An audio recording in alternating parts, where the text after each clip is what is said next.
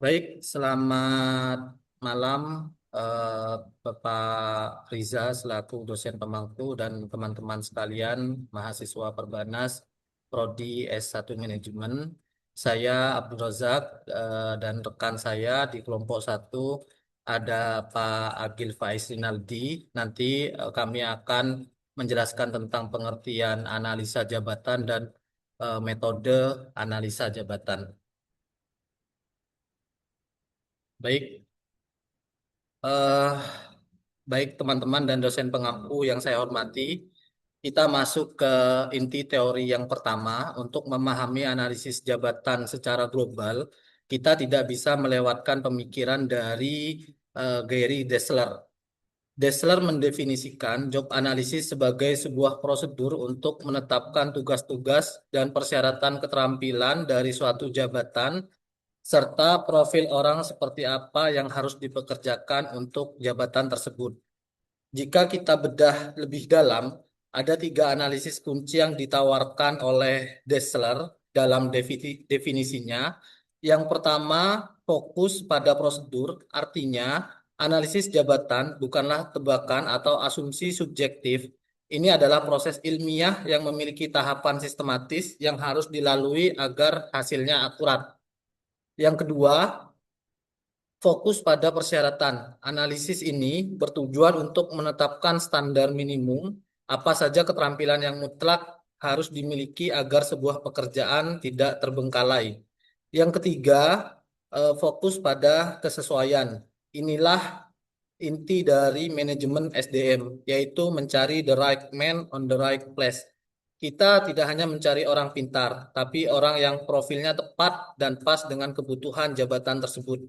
Nah, poin ketiga ini sangat relevan dengan tempat kerja saya di sektor IT, memilih orang yang profilnya tepat, misalnya memiliki sertifikasi jaringan tertentu untuk pekerjaan jaringan komputer adalah hasil nyata dari penerapan prosedur yang dijelaskan oleh Dessler ini.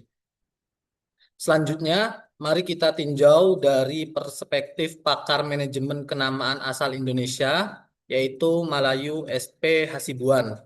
Jika sebelumnya Dessler bicara soal profil manusia, Hasibuan lebih menekankan pada proses desain pekerjaan itu sendiri. Menurut beliau, analisis jabatan adalah kegiatan untuk menganalisis sekaligus mendesain pekerjaan. Singkatnya, kita diminta membedah tiga aspek fundamental yang sering kita sebut sebagai prinsip 3W. Pertama adalah what, apa tugasnya. Di sini kita merumuskan butir-butir aktivitas nyata. Misalnya dalam tim IT saya, apakah tugasnya adalah coding, melakukan maintenance server, atau memberikan edukasi ke user. Ini harus jelas di awal. Kedua adalah how, bagaimana metodenya. Ini bicara soal SOP atau tata cara kerja. Apakah pengerjaannya menggunakan metode agile, waterfall, atau harus sesuai standar keamanan data tertentu. Dan yang ketiga adalah why.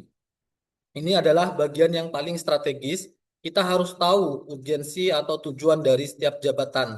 Jika sebuah jabatan tidak punya alasan yang kuat untuk ada, maka jabatan tersebut mungkin tidak efisien bagi organisasi.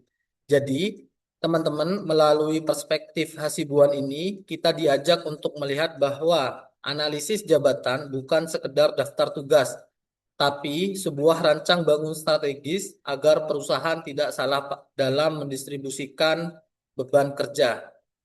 Baik, yang ketiga, kita bergeser ke pandangan Profesor Sondang P. Siagian. Beliau adalah tokoh legendaris manajemen di Indonesia yang sangat menekankan pada keteraturan sistem. Menurut Siagian, analisis jabatan bukan sekedar aktivitas sesekali saja, melainkan sebuah proses menghimpun dan menyusun data secara sistematis dan bertahap untuk menemukan hakikat dari suatu jabatan. Ada dua poin kunci yang bisa kita garis bawahi dari definisi beliau, menekankan pada hakikat jabatan. Melalui proses ini, kita tidak hanya melihat permukaan atau kulit luar sebuah pekerjaan saja. Kita mencari inti atau nilai dasar dari posisi tersebut, apa kontribusi paling krusial dari jabatan tersebut bagi organisasi. Yang kedua adalah menekankan pada data. Ini poin yang penting bagi kita sebagai calon manajer. Siagian menegaskan bahwa analisis jabatan harus berbasis bukti atau data driven, bukan berdasarkan perasaan ataupun asumsi semata. Informasi yang dihasilkan harus valid karena akan menjadi dasar pengambilan keputusan bagi eh, perusahaan. Di industri IT tempat saya bekerja, poin Syagian mengenai data driven ini sangat terasa. Kita tidak bisa mendefinisikan tugas seorang sistem administrator hanya berdasarkan tebakan, tapi harus berdasarkan data beban kerja server dan kebutuhan teknis yang nyata di lapangan. Sebagai penutup dari tinjauan teoritis kita, mari kita bedah perspektif dari Wayne F. Saskio. Saskio menawarkan pandangan yang lebih luas dan detail. Beliau menyebutnya sebagai studi yang mendalam dan terperinci. Definisinya memberikan kita dua poin kunci yang sangat relevan dengan dinamika kerja yang modern. Yang pertama berdasarkan eh, apa yang wajib dilakukan dan apa yang harus dipertanggungjawabkan. Ini memastikan akuntabilitas setiap karyawan tetap terjaga. Yang kedua berdasarkan working condition. Inilah nilai tambah dari teori Cascio. Beliau menyoroti bahwa suhu risiko hingga tingkat stres adalah bagian tak terpisahkan dari definisi jabatan. Jika saya bawa ke konteks pekerjaan saya di penyedia jasa IT, poin working condition ini sangat terasa. Seorang data center engineer tidak hanya butuh keahlian teknis, tapi juga harus siap bekerja di suhu ruangan yang sangat dingin dan dalam tekanan tinggi yang saat terjadi server down. Casio mengajarkan kita bahwa elemen lingkungan ini harus tertulis jelas dalam analisis jabatan agar calon karyawan benar-benar siap secara mental dan fisik. Dengan memahami empat perspektif ahli tadi, mulai dari Dessler hingga Cascio, kita sekarang memiliki pemahaman yang utuh bahwa analisis jabatan adalah fondasi dari seluruh strategi manajemen SDM. Teman-teman dan dosen pengampu, setelah kita membedah berbagai perspektif dari para pakar mulai dari Dessler yang fokus pada profil, Hasibuan dengan prinsip 3W-nya, Siagian dengan keteraturan sistemnya, hingga Cascio yang mendetail sampai ke kondisi lingkungan kerja, apa yang kita bisa rangkum. Kesimpulannya adalah analisis jabatan bukan sekedar tugas administratif human resource. Ia adalah sebuah upaya saintifik dan sistematis untuk membedah anatomi pekerjaan. Tujuannya sangat jelas, yaitu menghasilkan dua instrumen vital yang menjadi nyawa dari pengelolaan SDM. Yang pertama, menghasilkan deskripsi jabatan sebagai panduan mengenai apa yang harus dikerjakan atau tugas. Yang kedua, menghasilkan spesifikasi jabatan sebagai standar mengenai kualifikasi manusia yang dibutuhkan.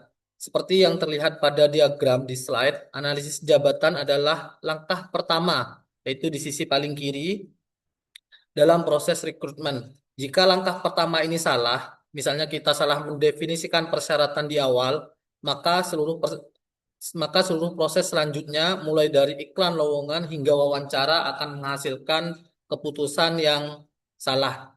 Baik, berikutnya untuk materi tentang metode analisis jabatan akan dijelaskan oleh rekan saya, Pak Agil Faiz Rinaldi. Silakan untuk slide ke-7. Oke, terima kasih Pak Abdul Razak. Ya, eh, kali ini dengan saya Akil Faiz Rizaldi, mohon izin rekan-rekan dan juga Pak Riza untuk berdiskusi tentang terkait metode analisa jabatan. Nah, untuk beberapa metode yang umum digunakan, yaitu di sini ada 5 poin. Poin pertama yaitu observasi, kemudian wawancara, kemudian kuesioner, kemudian catatan harian, kemudian kombinasi metode. Next. Nah, metode observasi sendiri di sini ada 3 poin juga, yaitu penjelasan, kelebihan, kekurangan. Untuk penjelasannya sendiri, pengamat bisa melihat langsung pekerjaan karyawan. Nah, untuk kelebihannya, data lebih akurat dan juga real kondisi lapangan. Kemudian untuk kekurangannya, yaitu membutuhkan waktu yang lama dan tidak cocok untuk pekerjaan mental. Next. Nah, untuk metode selanjutnya yaitu metode wawancara. Di sini juga ada 3 poin. Poin pertama, penjelasan tanya jawab dengan karyawan atau atasan. Kemudian poin kedua yaitu kelebihannya, informasi lebih mendalam dan juga bisa diklarifikasi secara langsung. Untuk kekurangannya bisa subjektif dan juga tergantung kejujuran responden. Nah, kemudian untuk metode wawancara sama ada 3 poin penjelasan, kelebihan dan juga kekurangan. Untuk penjelasan sendiri itu menggunakan form pernyataan tertulis. Kemudian kelebihannya hemat waktu dan juga bisa untuk banyak responden. Kemudian untuk kekurangannya jawaban bisa kurang detail dan juga resiko tidak diisi dengan serius. Kemudian untuk metode selanjutnya yaitu metode catatan harian. Di sini ada juga 3 poin sama penjel- penjelasan, kelebihan dan juga kekurangan. Untuk penjelasannya sendiri, karyawan mencatat aktivitas kerja harian. Kemudian untuk kelebihannya bisa dengan detail aktivitasnya dan juga lebih objektif dari sisi karyawan. Kemudian untuk kekurangannya yaitu bisa membutuhkan disiplin tinggi dan tidak konsisten. Next. Nah, di sini kita bisa bandingkan ya berbagai macam metode. Untuk metode observasi sendiri memiliki kelebihan dan kekurangan. Kelebihannya yaitu akurat, kekurangannya itu bisa jadi sedikit lama. Terus kemudian untuk metode wawancara, kelebihannya yaitu bisa mendalam, kekurangannya sendiri bisa subjektif. Untuk metode kuesioner bisa lebih cepat, kemudian untuk kekurangannya kurang detail. Kemudian untuk log atau data, kelebihannya yaitu detail aktivitasnya dan kekurangannya yaitu butuh disiplin. Kemudian next,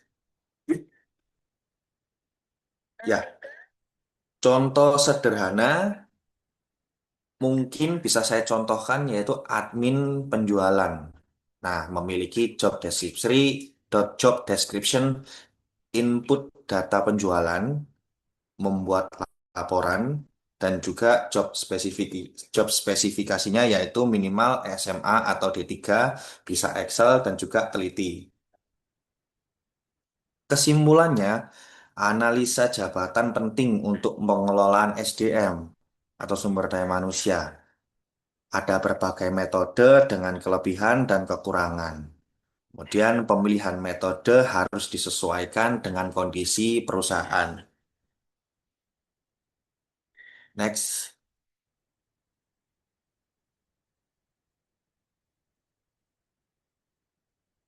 Ya, oke, sepertinya sudah selesai. Rekan-rekan, mohon izin, saya kembalikan lagi ke Pak Abdul Rozak. Mohon maaf bila ada salah-salah kata. Terima kasih. Baik, itu yang dapat kami sharingkan terkait dengan definisi dari analisa eh, jabatan dan juga metode analisa jabatan. Nah, untuk teman-teman, jika nanti ada pertanyaan dan diskusi, bisa komen di akun YouTube ini. Dan nanti kami tunggu sampai seminggu ke depan. Baik, terima kasih. Untuk akhir kata, kami mundurkan diri. Saya Abdul Rozak dan rekan saya Pak Agil Faiz Rinaldi. Assalamualaikum warahmatullahi wabarakatuh. Waalaikumsalam warahmatullahi wabarakatuh.